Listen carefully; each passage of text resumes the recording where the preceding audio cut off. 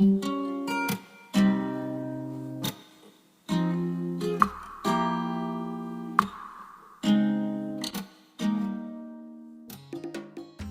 welcome to another episode. Today I'm joined by Sharon Tosh. Sharon is a grief coach, and we're going to explore the topic of grief. But firstly, Sharon, thanks very much for coming on. You're very welcome. Thank you for having me, Kevin. Thank you. So I just want to start off, first of all, to give you an opportunity to tell us a wee bit about you. Tell us your story, how you got into the position you're in now. Sure. Suppose when you say grief coach, everybody's like, what is that, And to be quite honest with you, to be totally honest, if you had even asked me, 3 years ago, that would I be doing this job, I'd have been saying absolutely not. This job kind of happened to me, if I was honest with you. So I'll take you way back anyway. I was in a job that I loved, absolutely loved, and it was in that job for 22 years. I lived and breathed it. It was here in the town. It was a multimedia arts and cultural centre, and I loved it. And I loved it for all of that time that I was there. And then I experienced some grief myself, and I suppose that changed me forever, if I was honest with you. And I found myself that I wasn't really the same person again, and I wasn't really, I think maybe as well, I lost a bit of tolerance for things, and had a new, vision for life and all of those things. So I got very, very unsettled. I'd lost passion for what I was doing. I'd lost myself, if I was honest with you. And it took me a wee while to find myself again. And I found her, and she's very different from what she was before. So at that time, I thought I needed to make a change in my own life, because I was very unsettled. I was very, very unhappy in my work and my daily life. And I did. I made the very, very difficult decision, and we'll get into that in a wee bit later on. But there was a grief in itself with leaving my job after 22 years. I've met the best friends, and I still have them, thankfully. I've had the best experience. I have been, open to all these, different art forms and creativity and things that I'd never thought I'd never have in my life. And so I was very, very sad, but I knew it was the right thing to do. And I left my job, and I hadn't a clue what I was going to do after that. It was after very, very big, long talks with my husband. I left there. I panicked. I took another job, albeit part-time, and I stayed in that job for a short amount of time, 8-9 months or whatever. And I loved that job too, and it was very, very different. But I was thinking to myself, what am I doing? I'm moving from one, within the same sector, but I was moving from one to the other. And I thought, no, you've made that leap now. You've done the biggest leap. Let's see what you want to do. So I made another massive decision then too, and I left that job with nothing else to go to. And that was a big, I remember coming home and having the conversation with my husband and saying, open the wine and get the calculator out, kind of thing, you know what I mean? And just to see where we were financially and stuff like that. And, fair play to him, because he trusted me. He knew that I didn't know what I wanted to do, but he knew that I would do something. I'm very much a go-getter. I'm a good worker, and, I have my wits about me, they would say, So that's what we did.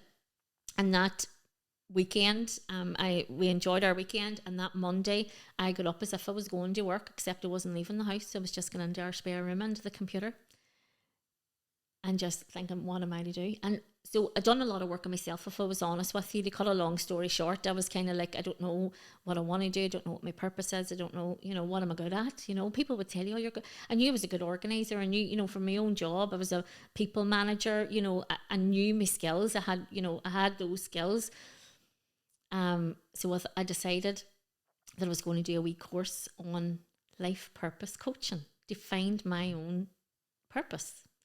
And I did that online. I signed up, and I did that first week. That was my goal. That was the task that I did. I found that, and I started studying. When I was doing this, I was like, God, I'd be good at this. And I really enjoyed it. I actually really enjoyed the course. And I kept going. And then I was getting greedy then. And I was like, I'll do another wee course. And I was just flat out just doing, when I say wee courses, it was all your own study. You know what I mean? It was all studying in your own time. There was no real lectures or anything that I had to go to. It was all online courses at different levels. So I was a full-time student then. And then it was in doing that, I was doing a lot of work on myself and realising that if I went on to be a coach, what kind of coach would I be? There was loads of coaches out there, you know what I mean? And what was going to make me different, And I'd done a lot of work on myself then to see what am I an expert in? And that's when I had it.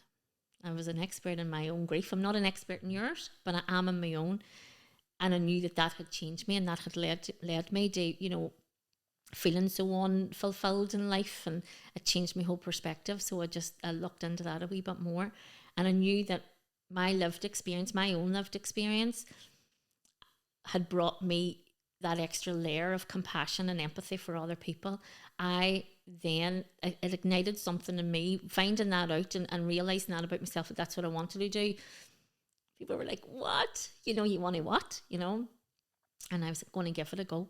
So I went on then and did some training in grief and bereavement, and I contacted Cruise and I did some training with them. I never wanted to become a counsellor as such.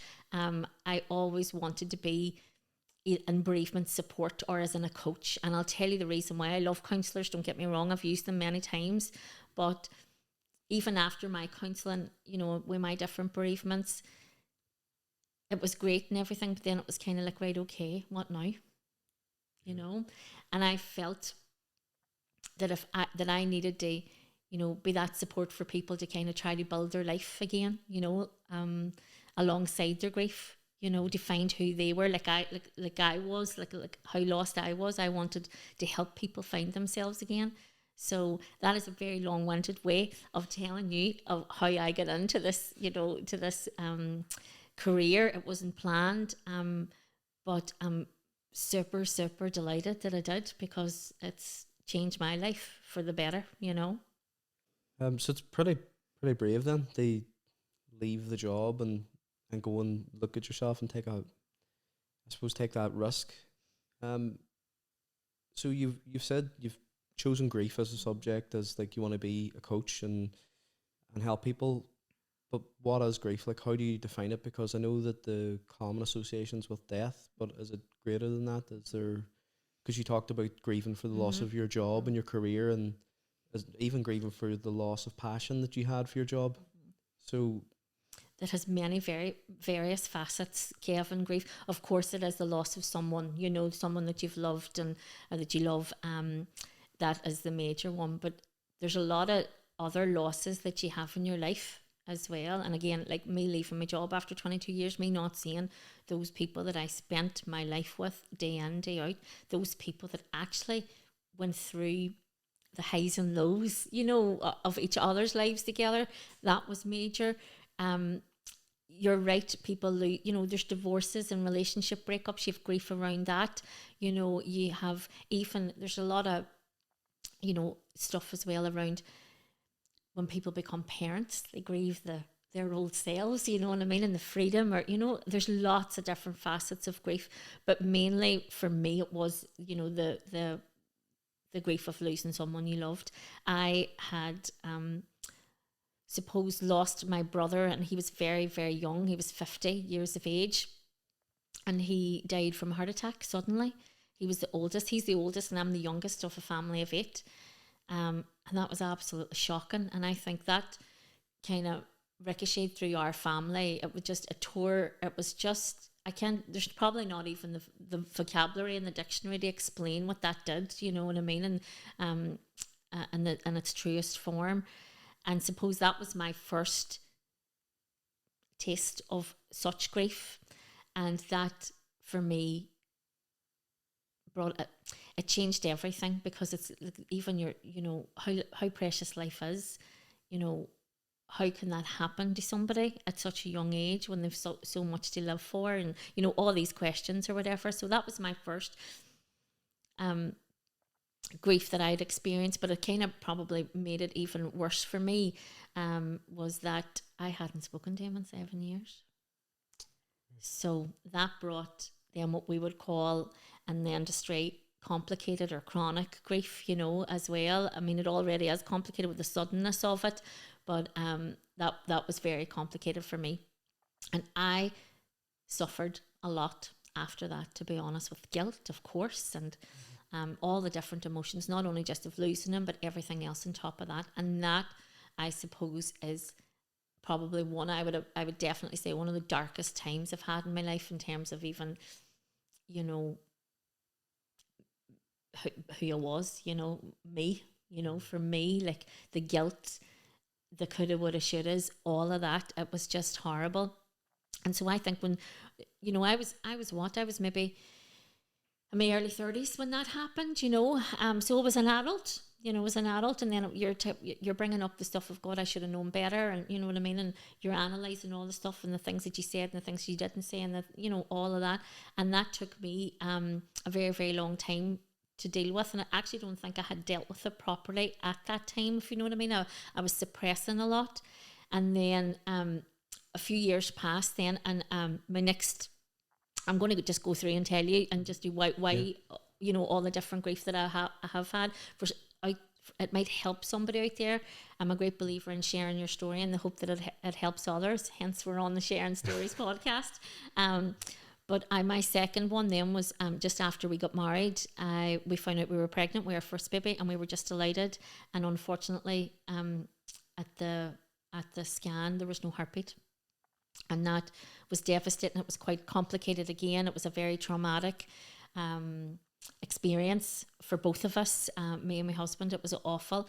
And suppose I had that to do. It was traumatic. Even, you know, I had to go in and have a procedure, and that was very traumatic because it didn't all go to plan. And suppose we both suffered from a serious trauma from that too, which left me afraid to get pregnant again. For a very long time, I battled with that. I just didn't want it to happen again because it was so traumatic. And then I wasn't getting any younger, and, you know, all of these things. And anyway, it turned out that we didn't have any children. So me and my husband now have navigated life as, you know, childless parents, if you know what I mean. Our wee baby didn't survive, and that brought its own challenges as well, you know, and the grief of the life you wished for, you know, that you'd planned for, and things didn't work out as you thought, and that has been the truth and the reality for so many. There's so many couples like us, you know, and sometimes we take it for granted that this is what's going, you know, you're going to get married and you're going to have your babies, and it's not always like that, and that brings up a lot of life challenges. So that was the second major thing that happened to me in my life. And that was in 2000. We lost the baby in January 2013. And then in 2017, it got pretty dark again. On the 10th of February 2017, my daddy passed away after an illness with cancer.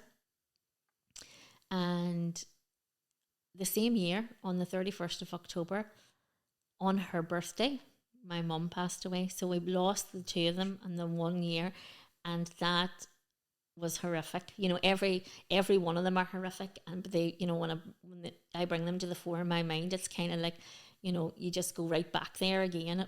It was just awful. I can't even explain to you how awful that is. I'm sure loads of people have been through similar situations. Of course they have, and they'll know what I'm talking about when I say that. So 2017 was extremely difficult. They were, it doesn't matter what age your mommy and daddy are, it doesn't matter at all, you know. It's still hard, you know, it's still really hard. And then suppose we hadn't got over daddy when mommy was diagnosed, and her illness was very short. So they both passed away with cancer, and she, as I say, she died on her 81st birthday.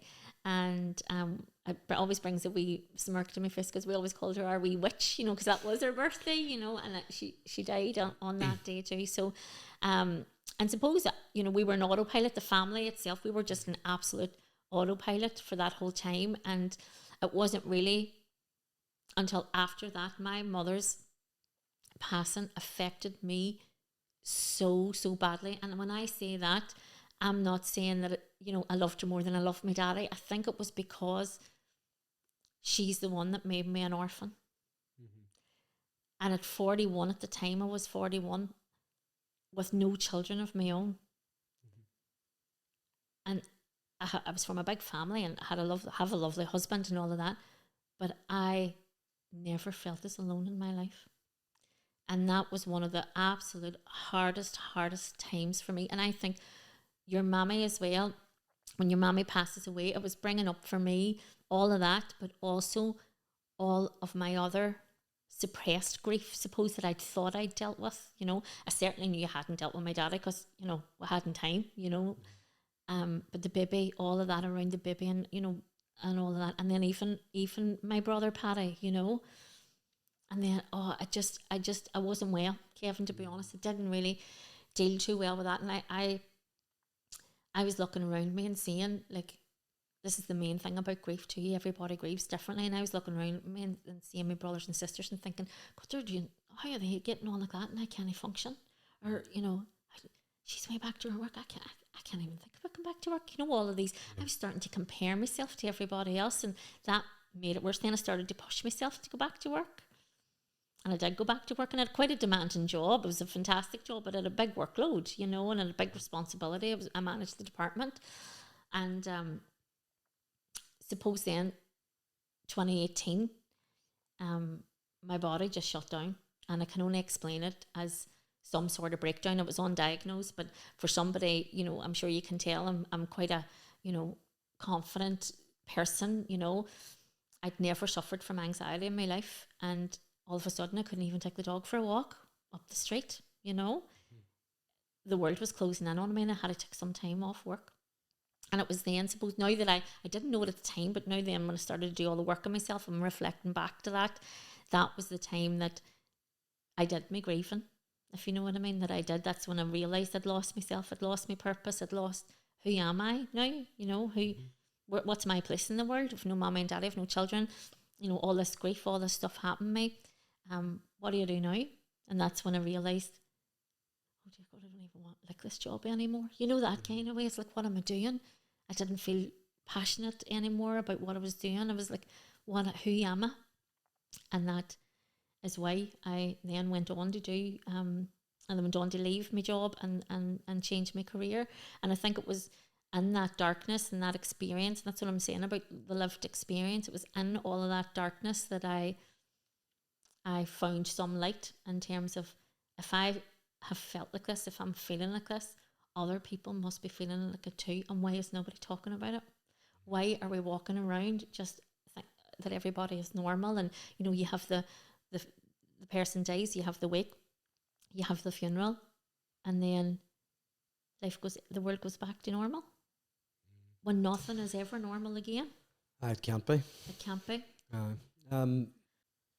So you've clearly been through a lot, and there's a lot of negative loved experiences there that you have, but I think it's really good that you've found a way to turn them into a positive. How do you feel about that? Like, are you proud of yourself? Do you see that you've taken something that affects a lot of people, similar to yourself, similar situation, and have been able to turn it into something that's going to do good? Like, are you fulfilled with that notion? Absolutely, Kevin. I am proud. I'm proud of what I do now. Because people would say to me, how do you do it? How do you sit like, in that sadness every day? And it is difficult at times, I'm not going to lie to you, but at the same time, it absolutely lights me up, because I know that I'm helping people. I know that those people that have come to me, whether it be one-to-one clients or the group support that I run, they feel less alone. Grief is a very, very lonely place, a very lonely place. And it's important that people are given the space to grieve and the space to talk about it. And as I said earlier, we're so busy, getting back to normal and life going on, and, the whole world, starts spinning again. The sun will still rise in the morning, but your life is absolutely shattered, and it's hard to keep up the pretense that everything is okay when you're crumbling inside. So when I'm sitting with a client, and or should it be in a group or one-to-one, they're getting that space. They're getting that time for them. They're realizing that they're not alone. They're realizing that everything that they're feeling is normal, because it's probably something that I felt too, and that when they go out a wee bit lighter, there's plenty of tears and sometimes there's laughs, but when they go out that wee bit lighter, then they come in, that lights me up. I am doing the right thing. I am doing something good, So to answer your question, I'm quite proud of it, but it's not for everybody either. I realise I don't want to, I don't want to think, if you've been through it, this is what you need to do. I'm very, very aware that this stuff isn't for everybody. And just because you've been through some tragedy or some awful times, it doesn't mean that you have to do something with it. Just getting through it is even enough. So we just wanted to say that too, that this isn't the norm. Not everybody that goes through what I go through does this. It just kind of, presented itself to me and I found it and I love it. So, yeah. Brilliant. When people are isolated like that, what kind of support do you offer? What kind of strategies and coping mechanisms do you try and instill or help them with? So I have a couple of different ways that you can work with me. So I do one-to-one coaching, so I'll see you online for, and it's all online. It's in the comfort of your own home, and you can be lying in your bed or whatever, and you just want to chat for a wee hour about how you're feeling about your grief or whatever. So, and we take things very slow and work out what where you're at, really, where you're at and where you want to be. That's what coaching's all about. It's really about, where you're at the minute, and acknowledging that and then seeing where you want to be. Everybody wants to feel better, Kevin. That's the main thing. People don't want to be feeling the sadness and the darkness and the hurt all the time, and they're looking for a release from that, and I just help them navigate it, because you can't take it away. I wish I had a magic wand. You can't take it away, but it's just helping them accept and navigate that. So the one-to-one, and I also, that's really good, and I also created the Grief Circle locally as well, which is an in-person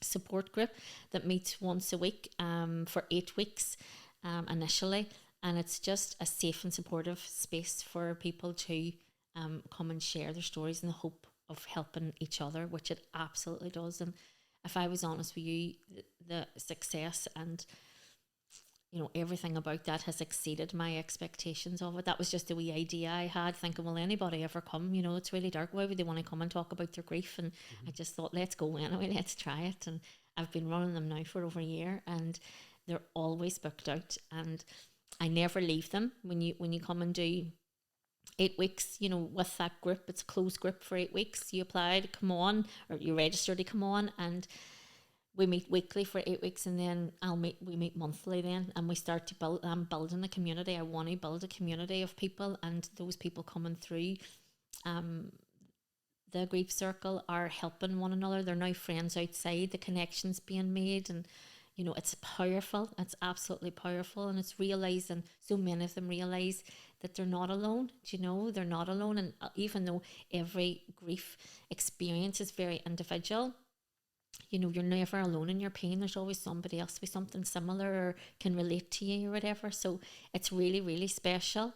I also have designed a workplace program as well, and I really want to help businesses to support their employees a wee bit better when they're coming back, after a bereavement, or even through a bereavement, in terms of, like, if somebody was, ill health or whatever.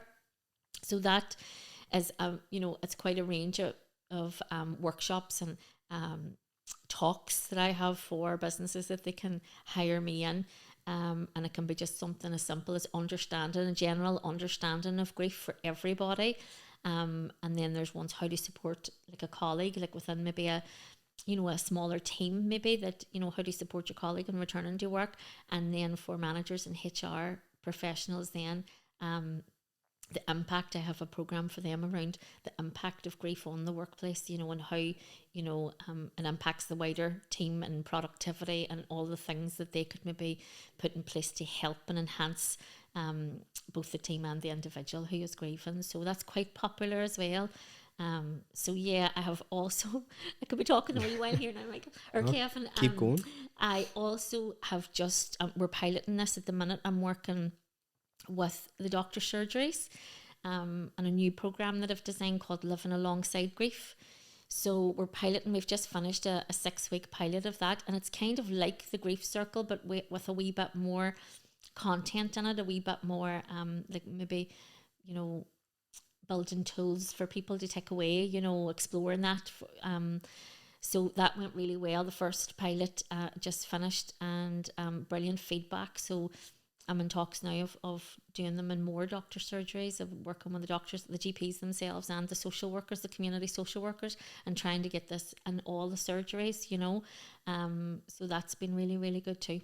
So I'm busy. It sounds I'm like busy. it. It sounds like education's a really big part. And even when I hear you talking there, there's questions that come up in my head that things like people talk about the stages of grief. But when I think about that, I'm thinking I don't really know what the stages of grief are, or dealing with situations where someone's grieving. What do you say? That's why I think your job's extremely difficult, because when you go to a wake, for example, it's the only time I think where I have no clue what they say, what's the right thing to do. So is that part of it? Is it the education that you want more people to understand? So go and give me a wee run through of the stages of grief then to start Okay, well, with. first of all, Kevin, there are no stages There of is grief. no there you go. So I'm going to explain that to you a wee bit, because everybody thinks that, right? So they were coined by a woman called Elizabeth Kubler-Ross, and she was a palliative care nurse, actually. So when she was writing, when she wrote about this, it was when her work with people that were dying. It was the 5 stages that people went through when they were dying, you know, and it was the acceptance and the anger and all these different things. So, and they are, don't get me wrong, these are the stages that you can feel, and the emotions that you can feel as well in grief. But I think where it's misconstrued is that it's not linear. You know, people think, oh, I'm on the anger stage now, I'm in the acceptance stage now, I'm in this or whatever. It's not like that. We kind of, like, we're like a pendulum, you know what I mean? We're maybe, you know, here the day and we're over here tomorrow, and you know what I mean? It's not linear, it's not stages. You can feel something different every day, every hour of every day, every minute of every day. Your emotions can change, and that's how complex grief is, you It's know. like based off a trigger, a time of the year, an anniversary. Anything, you know, anything, and that wave can come over you. Doesn't matter how, you know, how long, you know, you're over your grief, or, you know, you're out the other side of it or whatever. So that is probably the biggest thing that people understand in that it's, because I thought that, and I thought, why am I not, you know, I was like, why have I not accepted this, or why am I should be this now or whatever, always comparing. And it was only when I learned to, I was like, right, okay, you know. And so I want more people to know that. I want, you know, to normalize talking about grief. We don't talk about it, you know what I mean? This is like a rare occasion, of course, in a podcast, but, like, you know, if I met you for a cup of coffee, we're not going to really sit, you know, that kind of way. So really to normalize talking about grief and grieving, and for that as well, people, what people should say.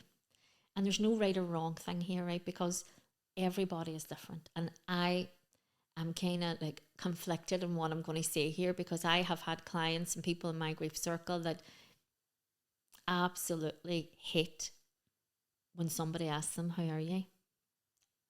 Right? But then another one then was like, she didn't even ask me how I was. Do you know what I mean? So everybody is simply different. So the best advice that I can give anybody, right, is when you're going into a wake and you've met somebody who's just had a bereavement, you know, just to acknowledge it in some way, you know, just to say that, even to say, I don't know what to say, but I'm just really sorry and I'm thinking about you. That's enough. That's enough. Just leave it there, you know. And I'll tell you why. And I'm guilty of this too, you know. We are very good at saying, oh, at least he's not suffering anymore. Or, you know, stuff, you know, you go into this and they're like, okay, that is true. Like, at least he's not suffering anymore, but that doesn't take away my pain. Do you know what I mean? It's kind of like, you know, or he's in a better place, or, you know, whatever. You know, it's really, really important that, do you understand that your words can actually have a negative effect on the person grieving? So it's best you just keep it simple. I don't know what to say, but just know I'm thinking of you. And that is all you need. Well, I'll definitely use that. I will use that advice. Um, Good. I really like it when I say something and the person that I'm chatting to corrects me, and that seems like maybe that seems like counterintuitive. The way I think about it is that if I thought there were stages of grief, somebody else watching will also think there's Mm. stages of grief. So it's great. What are other some like common misconceptions about grief or about the subject in Did you general? get over it? Is the biggest one, that it's something to get over, you Okay. know. And because, as I said, this is probably now the fourth time I've said it about the world going back to normal, and you've had a month now, so you need to be over that and get back to life, you know. You don't get over it, and I'm not saying that to scare anybody, to say that is maybe listening to this and maybe they are in their depths of their grief, they've just had a recent bereavement. You know, I'm not scaring you. I'm not trying to scare you. I just want to let you know that you're always going to grieve. You're always going to miss that person because you've loved them. You know, you still love them. Your love doesn't die. You know, so we have to get used to grieving forever. It changes. Your grief changes, of course it does, and it becomes only way I can describe it.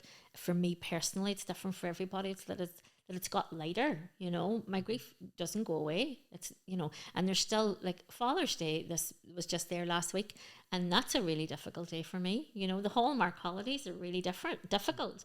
And they'll always be. I'll always think of my dad. You know, I'll always, you know, think of my husband not being a dad, you know, on those days, you know. So they are quite difficult, no matter how many years. It can be 4 years, can be 40 years, it's the same. So that's probably another one that, you know, I should be all, you know, people think I should be all right now, it's been 2 years. No, you know, you're always going to grieve. It's just going to it's going to be different, just. I think that's healthy for people to hear that too. You know, to understand that it will be there, but they can find ways to move on in life. And Yeah. like yourself, you've talked about 4 bereavements, but Yeah. you've turned it into something positive in Yeah. terms of your business and your passion now. And Mm-hmm. is there other healthy practices or healthy, and again, I know it's not a one size fits all No. approach, like, but is there things that you would recommend that people can do? Is there healthy ways to remember people, for example, or um, things that will help support people in Yeah. grief? Like, what would you I recommend? think probably the biggest thing is talking, you know, is talking to somebody about it. And, you know, sometimes, and this has come up a lot in my groups as well, that, you know, and I would say, well, why wouldn't you say to your friends that you're not feeling great, you know, that you don't want to go out because, you know, you're not having a great day with your grief. And people would say, oh no, I'm not saying that. Sure, they have their own stuff going on. Why am I talking about, you know what I mean? They're afraid to. And then I would say to them, but by you actually acknowledging the fact that you are having a bad day because of your grief and verbalizing that and saying that to somebody might give that other person the chance to say, I know how you're feeling. I was like that too, or I had one of them days 2 weeks ago, or whatever, you know, and start opening the conversation. So I would really encourage people to start talking about how they're feeling if they're having what I call a griefy day, you know, because some days I can get up and I can just say to my husband, I'm having a really griefy day the day, and he knows exactly, you know, because we've talked about it, you know, and that I'm just really sad, or I'm just feeling, you know, a particular way about a, you know, particular part of my grief or whatever, and that's okay because we still get them. I still get them, you know, they don't go forever, you know what I mean? You're still going to get them. So I think that talking, Kevin, is probably one of the biggest things. And then for anybody, if anybody's struggling, you know, with memories, or, you know, doing, like, coming up to anniversaries or whatever, it's just lovely to um talk about them. Again, talking is great, and like, you see a wee smile coming on my face because I think it's quite powerful, you know. And I love when people talk to me about, you know, my mommy and daddy, you know, and memories, and or when we all get together as a family, and, you know, sometimes we can be roaring, laughing about things, and, you know, and you might be crying 2 minutes later because you're sad, but at the same time, you know, you could be laughing about childhood things or something my daddy did, or, you know what I mean, or, you know, my mommy, whatever. So I think that sharing stories with people. So if you have a story about somebody, that's a memory about somebody that has passed, tell the person that's brave to tell them about it, because there's nothing like it. There's nothing like if somebody that you love that isn't here anymore touched somebody else's heart, do you know that, or they have a lovely memory of them. So that and then if to do something nice to honor them, it's kind of like something like, I don't know, even in their birthdays or their anniversaries or whatever, do something that they would like to do, or you used to do with them, that kind of way. And it could have been, I remember, for Daddy, it was like raising a glass of Jameson, do you know what I mean? But that was, he loved his Jameson, but that kind of thing, or wee things like that, or go a certain place, definitely like if you used to go to a certain beach or whatever, things like that. And always remembering them, and don't be ashamed to remember them, or do something, or say today, do you know what, to mark the anniversary, to mark the birthday, let's do this together, send another family member, let's do this. I think that's really, really important, and especially at holiday times and Christmas and stuff like that, it's good to keep them involved, because their memory, this is the thing that you have to remember, they physically may be gone, but their memory is here forever. They're in your mind, your heart forever. So you can tap into them at any time, and remember them, and with a smile, and it might turn into a tear, but that's all right too. Crying is good. Well, that's a really nice message. Like, so you've said that people grief doesn't go away, but you're now saying about like the positive ways that you deal with it and still remember people. So I think that's really good. And when I'm talking to someone, I'm putting myself, where at least I'm trying to, in different people's shoes. And you started talking about the conversation with a friend, or if you went for a coffee and someone's dealing with grief and giving them an opportunity to speak. Is there warning signs or something that a friend should look for in terms of when somebody might need additional support to talk to someone like yourself? Or I'm sure there's a massive overlap with mental health issues with grief, and is there something that people should look out for when it goes from being they're not coping very well to something a lot more serious? And I think, again, it's different for everybody, Kevin. It's hard to be given a very generalised answer here. Course, but if you are supporting somebody that is grieving at the minute, it is really important for you now. When you say this, right? Let me know if you need anything. We're very good at that, aren't we? We're like, let me know, give me a ring. See if you need me to do that. Just give me a ring or text me or whatever. That person is never going to do that. 9 out of 10 times, I could guarantee you, they're not going to do it, right? Because they haven't the energy, they haven't the mental capacity even to reach out, and say, I wonder if Kevin just come and take the Wednesday football, he has Wednesday or whatever it would be, you know what I mean? Or come, I do need shopping. Should I say, they'll not. It's not even computed that you said, give me a ring, and then you'll think, God, they're getting on great because they haven't even rang me or whatever. They haven't needed anything.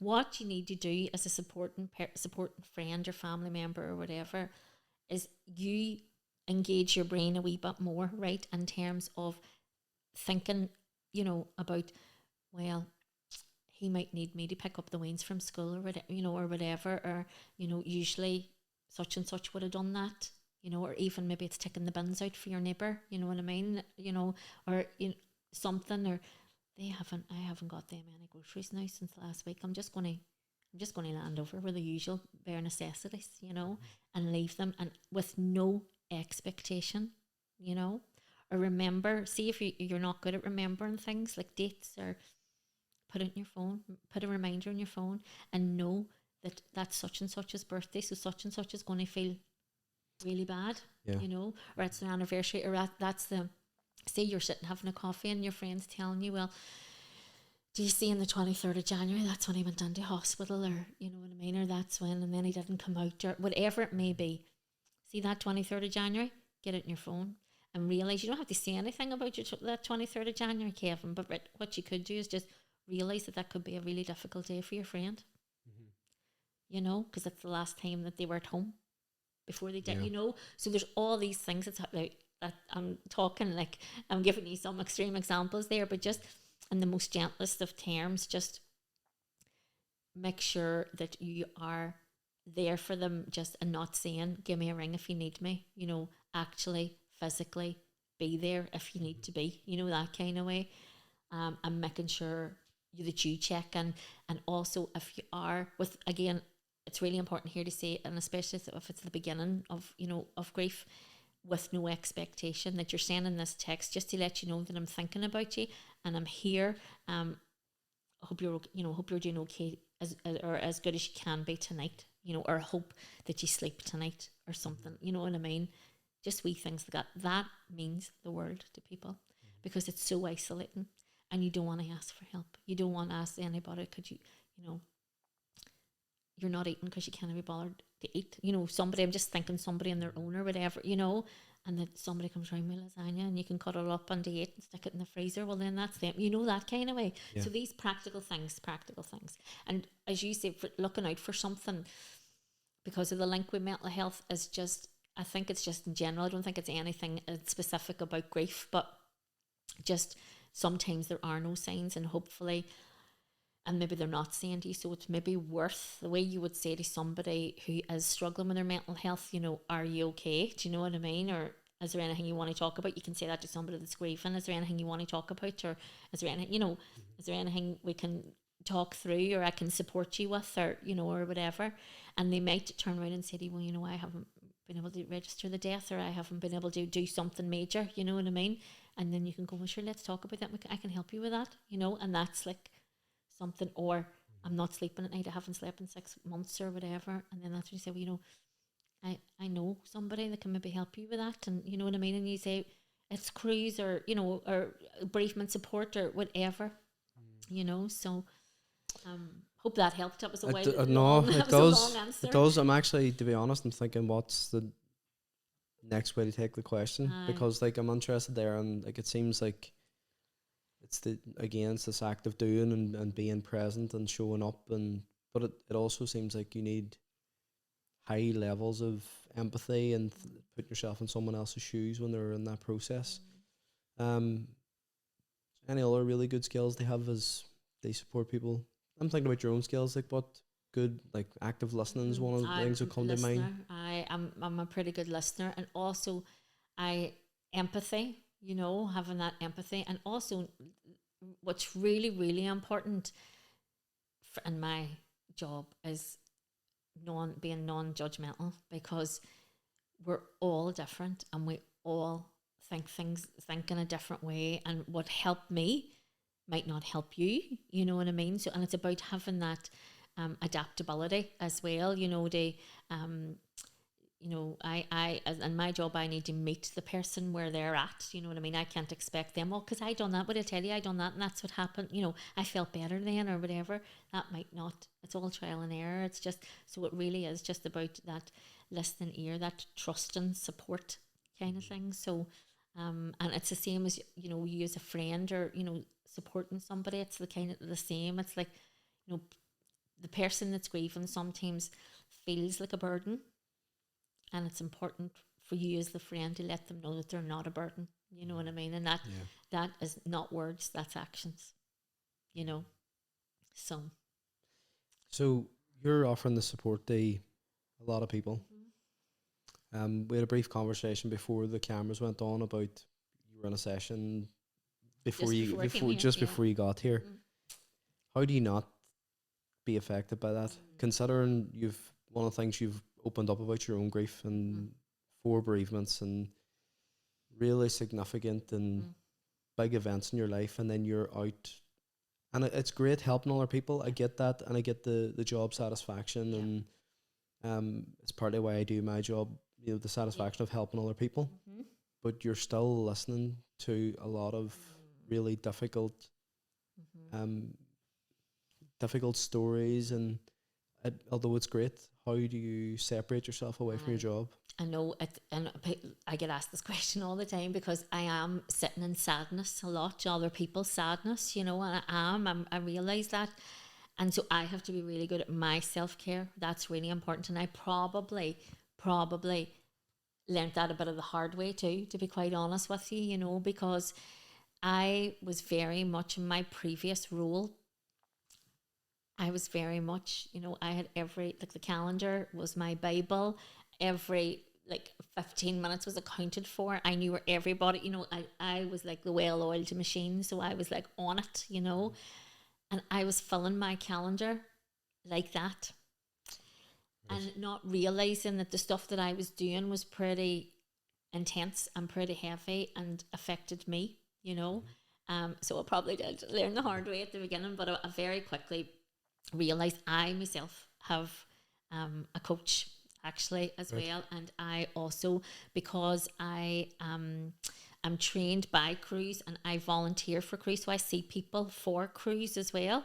I get supervision through them, you know what I mean? So they look after me as well, to be honest. So I have that, and I have my own coach that I see monthly. And if, you know, there is a crisis call needed in between, there can be.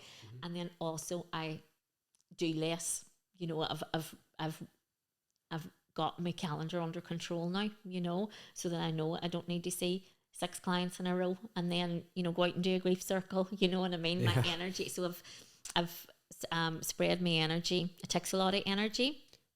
I imagine so. And so I've spread that, and as I say, my self-care, I am very much into mindfulness, and I look after my own mental health, and I look after my own grief. I'm making sure that I have time for my own grief, and I'm practicing what I'm preaching, you know, and that's really important too, because it can like manifest itself, and then I'm thinking, like, what am I doing?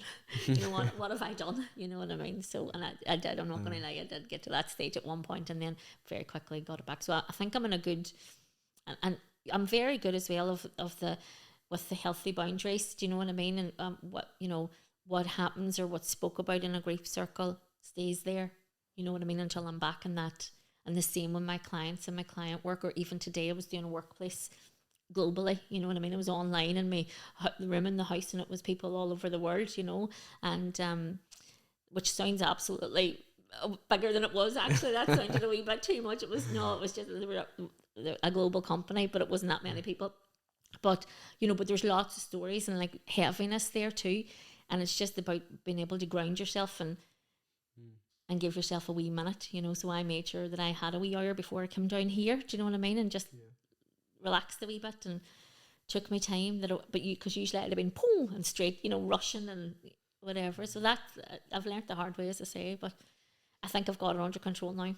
Good. I was just thinking, you can't be that active listener and support all the time. There, you have to have time away, and I suppose the time you take away improves the service that you give to those that you're with. Then, how do you find running your own business? Now it's a wee bit different to grief, and you probably a bit of a curveball, but just when you're all the stuff you're dealing with, as well as managing a business, how's that? Well, I love it, right? But it's not without its challenges, you know. I absolutely love it. I'm glad I did it and all of that, but it definitely isn't without its challenges in terms of like social media for a start is something, and it's a job on its own, you know, and I try my best, but I'm probably could be better at that. But even just knowing, like, you know, not having that regular salary, Scary. and then it's scary, and then, you know, realizing that there's quiet times, and you know, you're not going to make a full wage and whatever. So last year was a bit of a, I'm not going to lie to you, that was my first year in business, you know,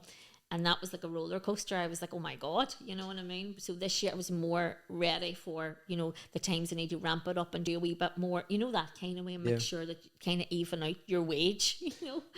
And trying to make a wage, sometimes it doesn't, you know, it doesn't work out like that too, you know. It can be famine or feast. And that's exactly it. I experienced something very, like, I'm in a full-time job at the minute, but I had my own business for quite some time, and it was that feast or famine thing was, it's hard, very, you know? very hard to get used to, and very hard to and be comfortable with it, I suppose. Sometimes I would have a thing around money mindset as well. It's like and I'm being really totally honest here, I always, the job that I do right now is because it's my passion, right?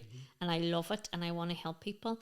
So I want to be really, really accessible in my prices and my, you know what I mean? I want to be accessible to everybody. Yeah. And then I'm just, you know, sometimes I find it hard charging, you know, that kind of way. It's like, you know, I want to help you, you know what I mean? And that's, so I've balanced that out now, and that's the stuff that I do for Cruise voluntarily. Do you know what I mean? That's me giving back, you know, to the community as well. And I do keep my own personal prices quite cheap. Well, I'm not saying I'm cheap, but quite affordable Good. as I can. You know what I mean? Pricing's another, That's another. another struggle, isn't it? I would need a wee bit of coaching around that. So what about long-term goals, aspirational kind of stuff, personal or professional? What's the just because we're talking about the business and about the getting your head around the finances and around the running of the business, what's the long-term goals? Kevin, you see when you said that personal and professional, they completely conflict, okay? Because personal, I would love to slow down, right? I would love now to be working part-time and, do a wee bit here and a wee bit there or whatever. Financially, I'm not there yet, but that's what personally I would love to do. But then professionally and just the being that I am, I have so many ideas. It's just, they're burning in me, I have that many ideas. I don't have enough days or hours. But suppose for me, professionally, I just want to continue building that community. I want to keep continuing to make that difference within people's lives, and we're very, very small at the minute, but I know, I feel it and I believe it, that it's not just me, it's all different organisations as well, and the whole people working in mental health, everybody, even addictions, all the industries helping people like this. We're trying to make a difference. We're trying to make people's lives a wee bit better and a wee bit easier, just to keep continuing doing that. There's loads of things that I want to do. I'm an event organizer and my hobbies as well. There's a few big things that I want to do, and around grief. I've already done a few with grief events. I did some stuff last year with the Northern Ireland Science Festival around trauma. The science of trauma. I've done events for National Grief Awareness Week last year locally. The plans are the same for them for that this year as well, with the addition of a friend of mine who I met actually through another podcast. We have come together to form Baby Loss Support NI. Now, when I say that we're only an Instagram page at the minute, but the two of us with our experience, personal experience, and also she's a counsellor specialising in miscarriage, and is doing some fantastic work as well. So we've had the big idea of the first ever educational conference around miscarriage, and people sharing stories and everybody getting into a room, and maybe hopefully some medical professionals being there too, and realising that some of us have had bad, negative experiences, and all it would take is a wee tweak or a wee bit of training, and a wee bit of compassion in places. And so that is very much in its infancy. I probably am saying far too much. Who knows if it's going to come off, but I'd say it will. It'll be in October. It'll be for Baby Loss Awareness Week in October of this year. So watch this space. I've no idea where it's going to be. I've no idea who's talking at it, but watch this space. It'll be something. It'll be in Derry. I'm sure you'll get there. And it was just funny when you says about the conflict and personal, professional. I relate to it, and only spoke to you briefly, but I kind of got that when you says I want to slow down. I thought never, not happening. So someday maybe I have a wee plan. I have a wee plan that I might be able to. And, sure, as long as you're happy doing what you're doing now. That's it. As long as that continues, Kevin, I'll keep doing it, as long as I'm feeling the way I'm feeling now about it. And who knows, I might not always have this energy for it, or, it might get too much at a certain point in time in my life. But for now, I'm here. I'm not going anywhere. Good. Excellent. Well, I'm sure a lot of people will benefit from the services and support you offer. So just thank you very much for coming on. You're welcome. We'll end the podcast here. So I'm just going to finish it by saying thank you to everybody that's listening. I'll put some signposting from Sharon in the comments and stuff. So if anybody's kind of been affected by any of the issues, and you can, I'm sure, contact Sharon directly as well on social media. So thanks to everybody for watching. Hope you learned something. Share, subscribe, do all them good things, and we'll see you in the next episode.